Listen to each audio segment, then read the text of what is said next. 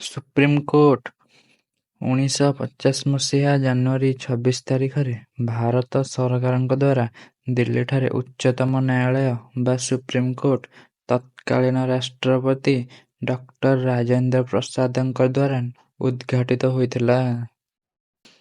124 ଧାରା ଅନୁସାରେ ସୁପ୍ରିମକୋର୍ଟର ଗଠନ ପ୍ରଣାଳୀ ବର୍ଣ୍ଣିତ। 130 ଧାରା ଅନୁଯାୟୀ ସୁପ୍ରିମକୋର୍ଟ ଦିଲ୍ଲୀଠାରେ ରହିବାର ବ୍ୟବସ୍ଥା ରହିଛି, କିନ୍ତୁ ରାଷ୍ଟ୍ରପତି ମୁଖ୍ୟ ବିଚାରପତିଙ୍କ ପରାମର୍ଶକ୍ରମେ ଏହାକୁ ଅନ୍ୟ ସ୍ଥାନକୁ ସ୍ଥାନାନ୍ତରିତ କରାଯାଇପାରିବ। ଏହା ମଧ୍ୟ ନିଜ ଆବଶ୍ୟକତା ଅନୁଯାୟୀ ନିଜ ବିଚାରପତିଙ୍କ ସଂଖ୍ୟା ବୃଦ୍ଧି କରିପାରିବ। ପ୍ରଥମେ ଏହା ଜଣେ ମୁଖ୍ୟ ବିଚାରପତି ଓ 7 ଜଣ ବିଚାରପତିଙ୍କୁ ନେଇ ଆରମ୍ଭ ହୋଇଥିଲା, କିନ୍ତୁ ବର୍ତ୍ତମାନ ଏହାର ବିଚାରପତିଙ୍କ ସଂଖ୍ୟା 1+33 ଟୋଟାଲ 34ରେ ପହଞ୍ଚିଛି।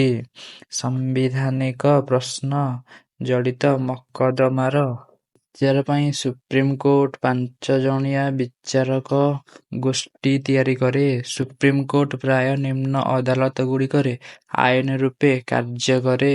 ସୁପ୍ରିମକୋର୍ଟର ପ୍ରଥମ ମୁଖ୍ୟ ବିଚାରପତି ଥିଲେ ଟି. ହରିଲାଲ ଜେ. କାଣିଆ ଏବଂ ବର୍ତ୍ତମାନ ମୁଖ୍ୟ ବିଚାରପତି ହେଉଛନ୍ତି ଜଷ୍ଟିସ ସଞ୍ଜୀବ ଖାନ।